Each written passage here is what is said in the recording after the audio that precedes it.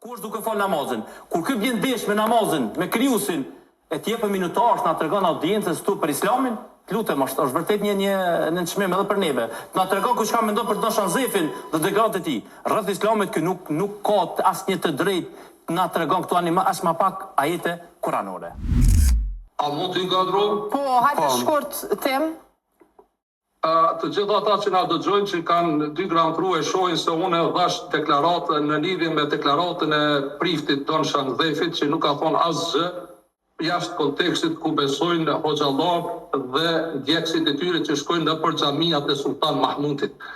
Kurani si libër nuk ka zbrit për hoxhallar dhe për Bashkinë Islame. Unë i kam kolegë dhe personalisht nuk kam kurfar konflikte as me Naimin, as me kolegë tjerë që kemi kry studimet bashkarisht.